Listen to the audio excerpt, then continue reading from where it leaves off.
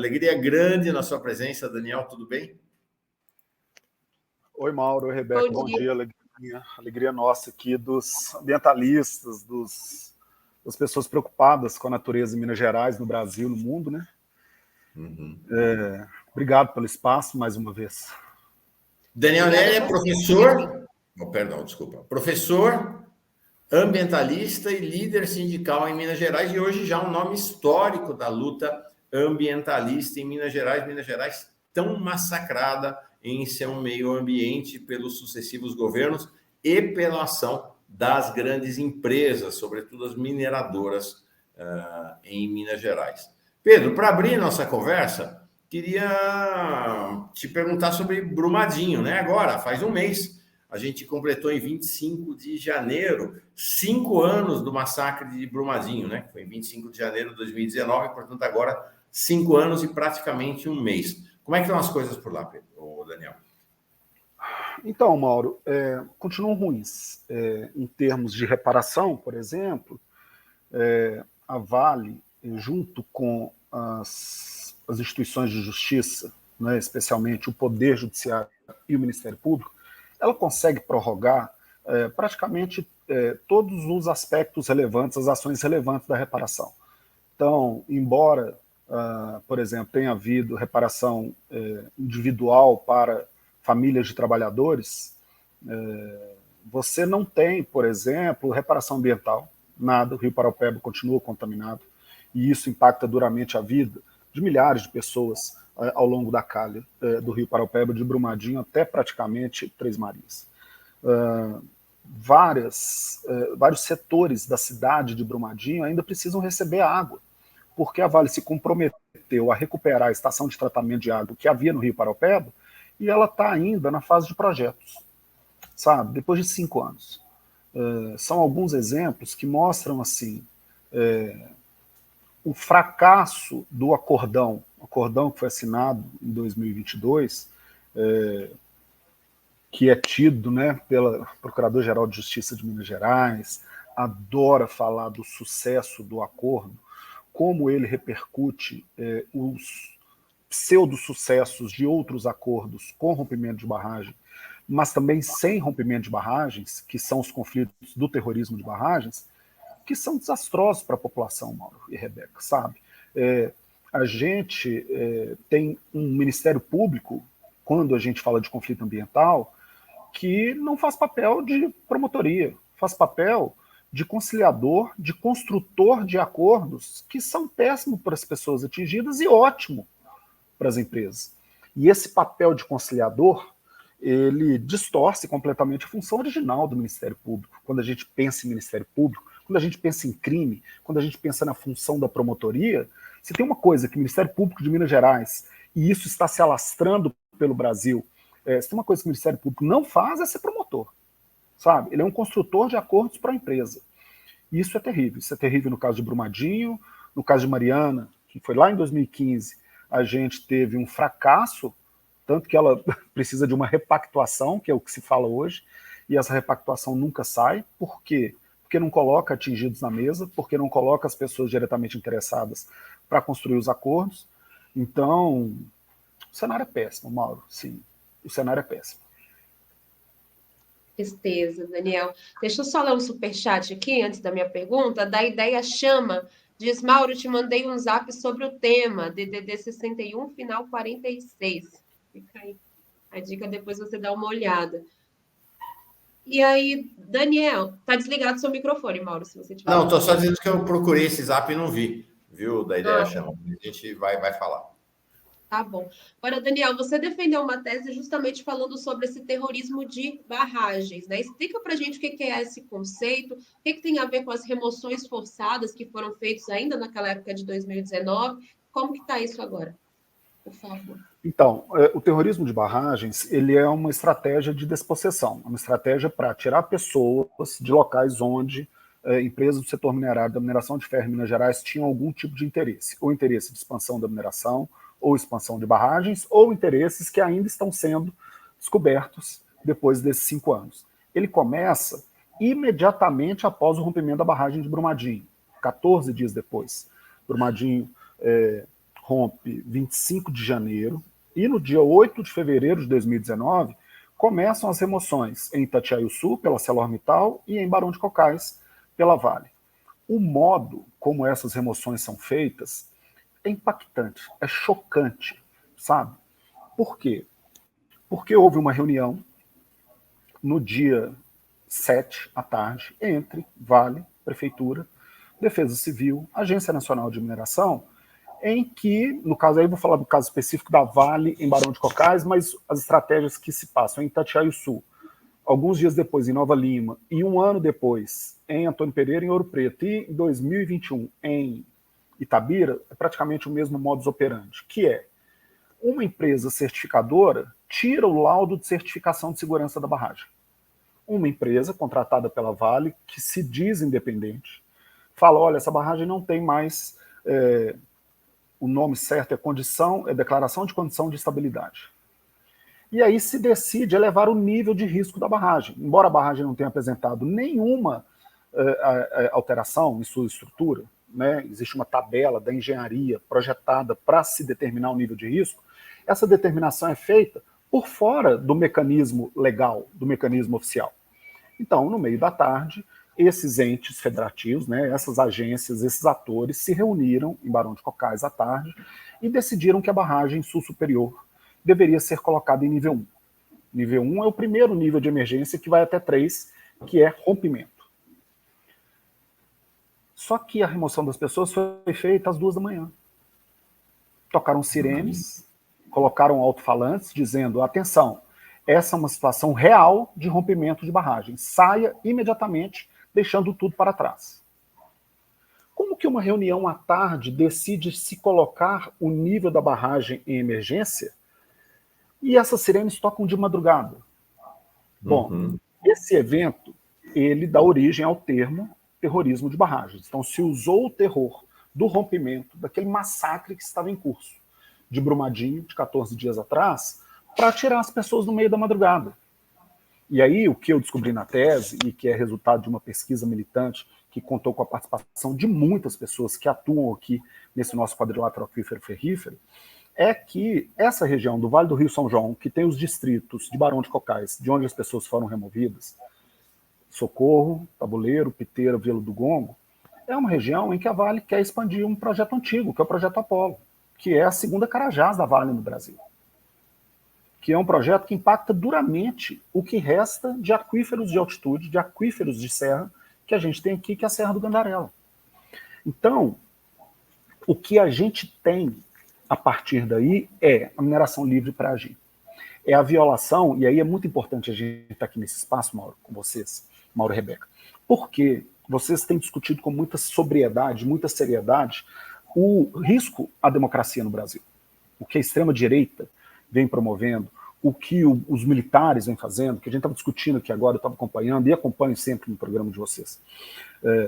O que eu afirmo, e que a gente aqui tem convicção, é que o extrativismo mineral em Minas Gerais, ele ameaça tanto, ou até mais a democracia, do que os nossos militares de touca em Brasília, que não são tão de touca assim, mas enfim. Por quê? Primeiro, porque o extrativismo corrói as instituições por dentro.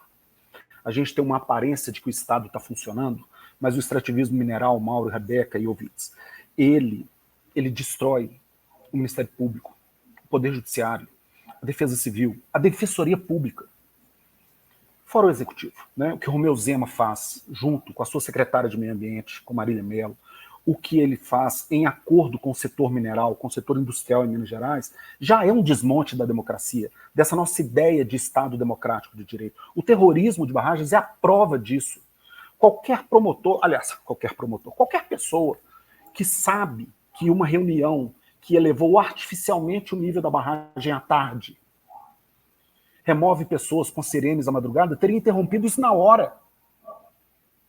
Qualquer pessoa sabe que aquilo foi artificial.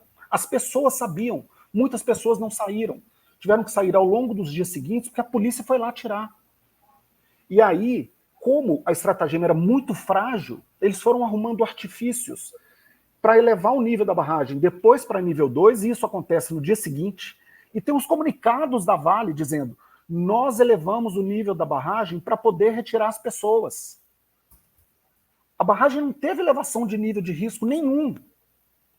E aí era tão frágil que alguns meses depois inventaram que um talude cairia dentro da mina, a alguns quilômetros de distância, que provocaria um tremor de terra que poderia, sim, aí sim, fazer a barragem romper.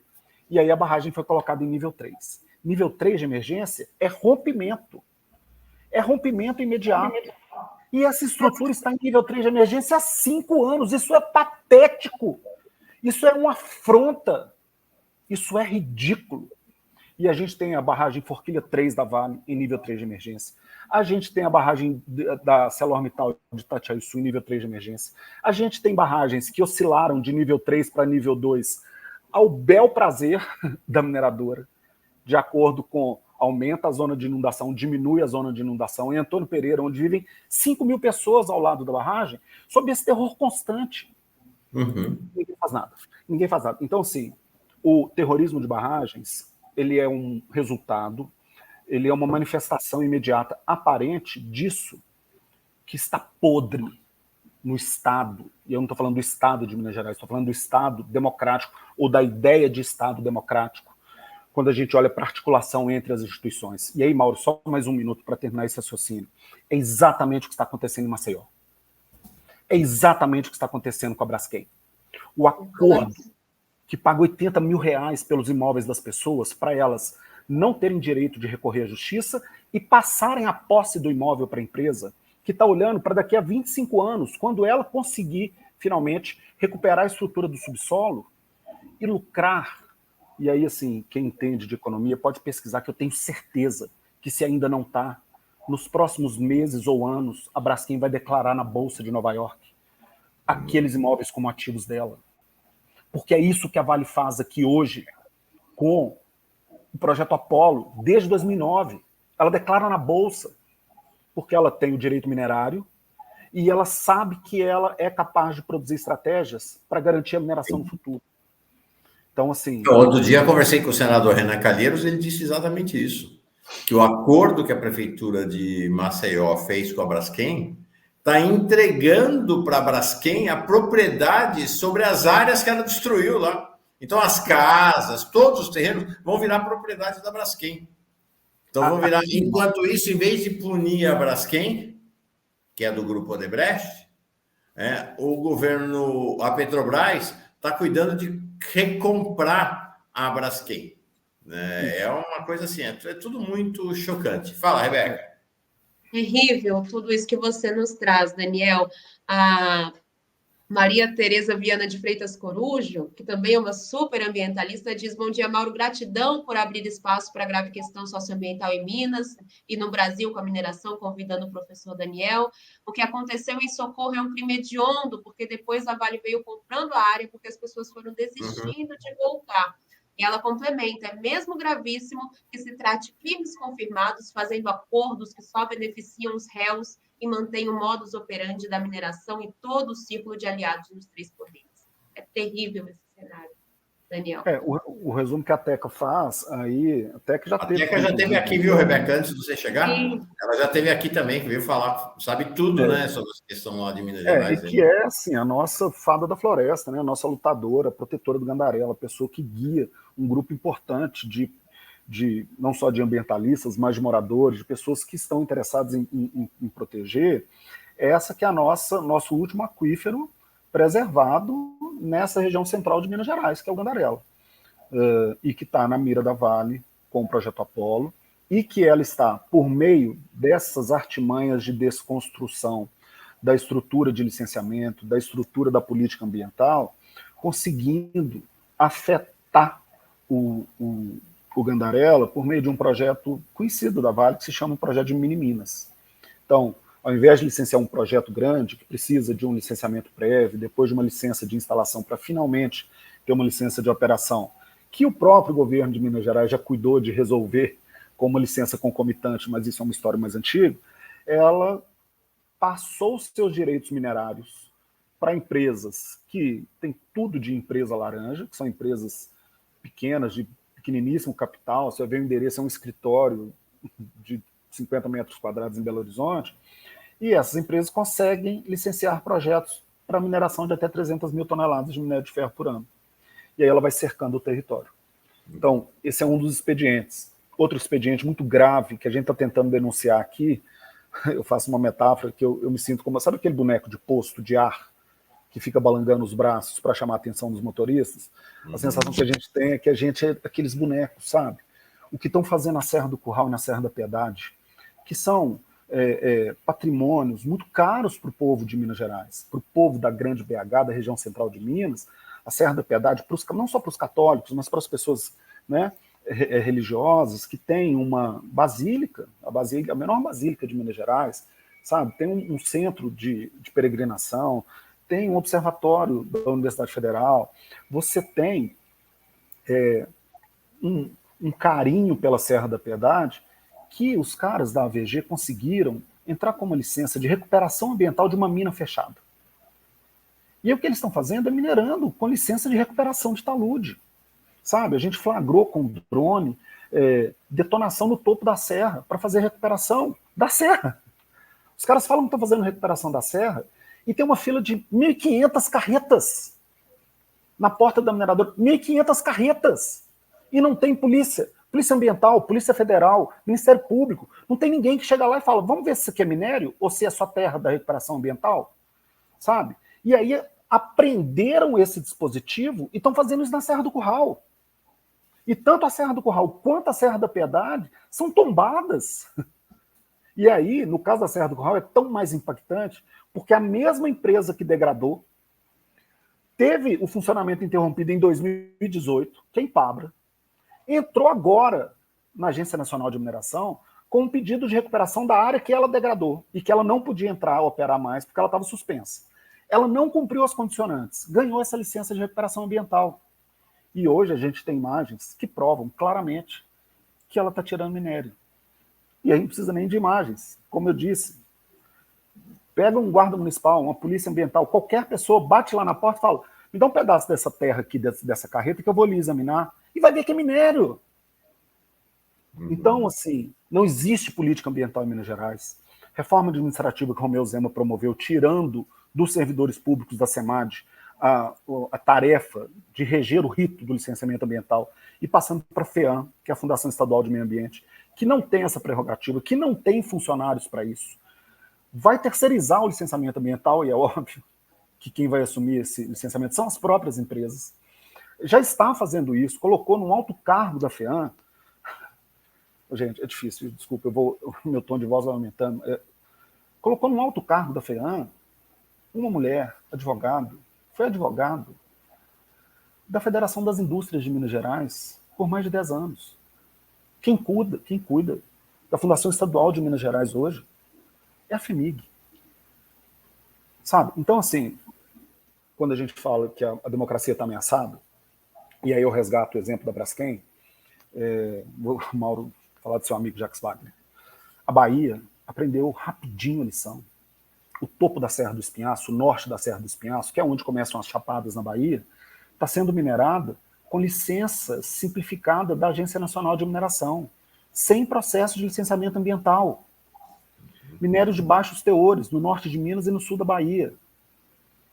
E eles falam em mineração sustentável. Minério de baixo teor significa quebrar a montanha para tirar menos minério e mais rocha estéril. Isso significa mais barragem.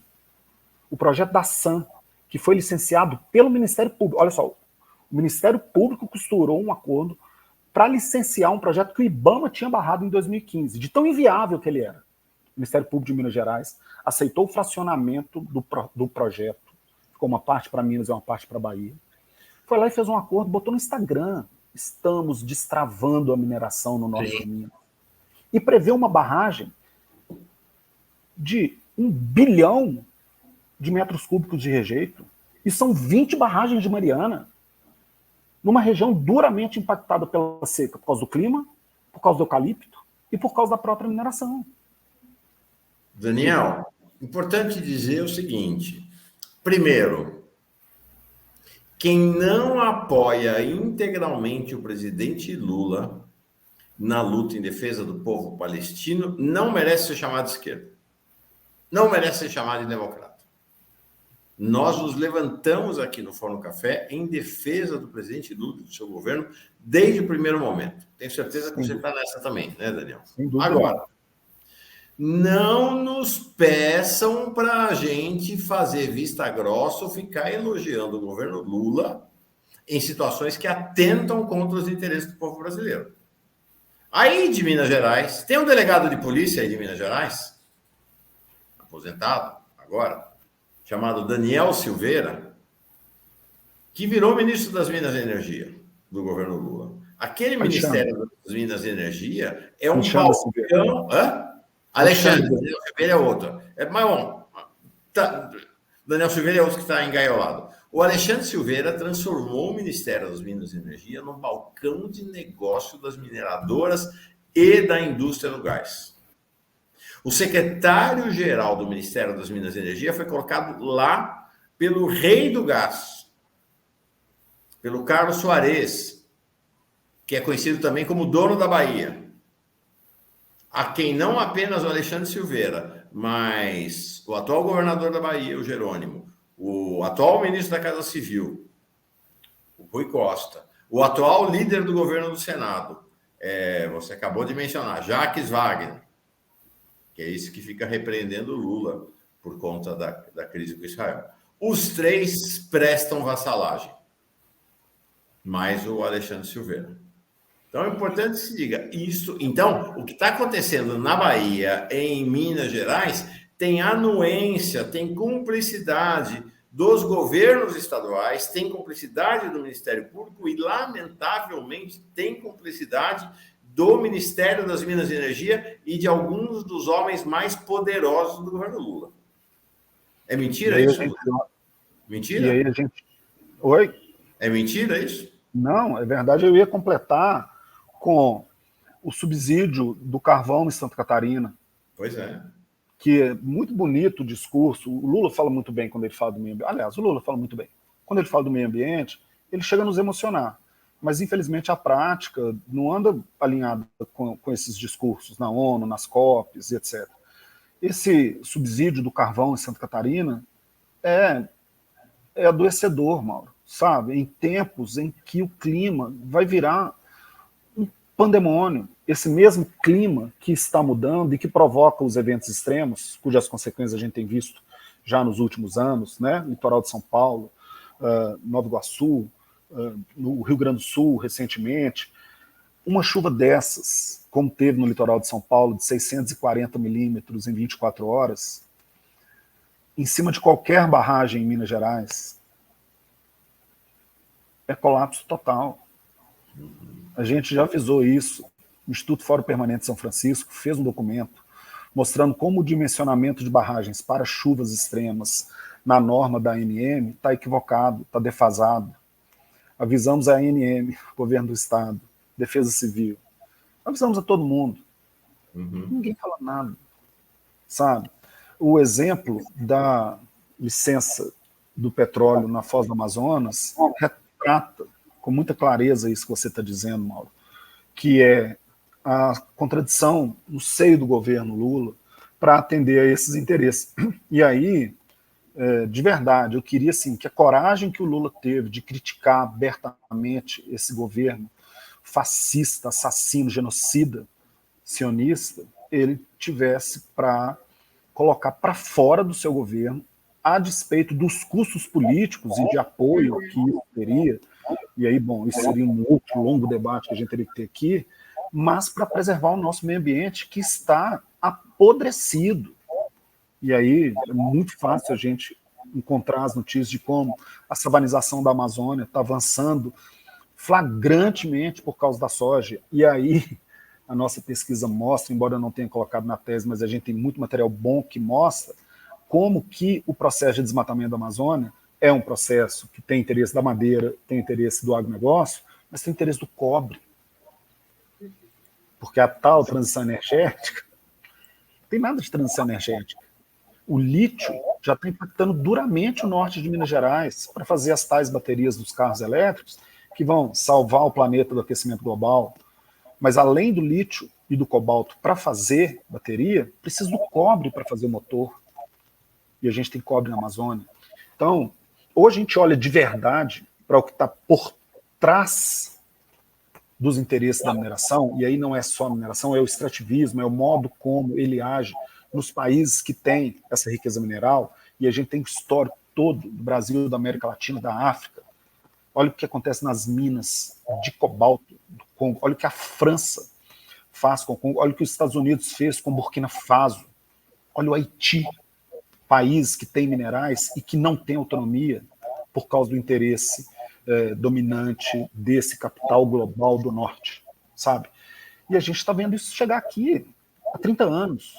Essa política de acordos que rege o Ministério Público de Minas Gerais, Mauro, Rebeca, pessoal, sabe como que ela chega aqui em Minas Gerais? Pela mão do Ministério Público, na década de 90, com um convênio com o Banco Mundial, que vai implantar um curso, fazer oficinas, tem um manual da política de resolução negociada de conflitos que promove esse deslocamento da função original do Ministério Público de promotor para conciliador. Os capitalistas pensam com uma geração na nossa frente, Mauro. E a gente fica boneco de posto, sabe? Balançando os braços, desesperados, vendo o colapso, e o colapso é iminente. Essa questão das barragens aqui, se der uma chuva dessa, nessa área onde a gente tem o impacto das barragens em Minas Gerais, ela acaba com a estação de tratamento de água de Bela Fama, em Nova Lima, que abastece 50%, 60% da Grande BH. A Grande BH, quase 5 milhões de pessoas ficam sem água do dia para a noite.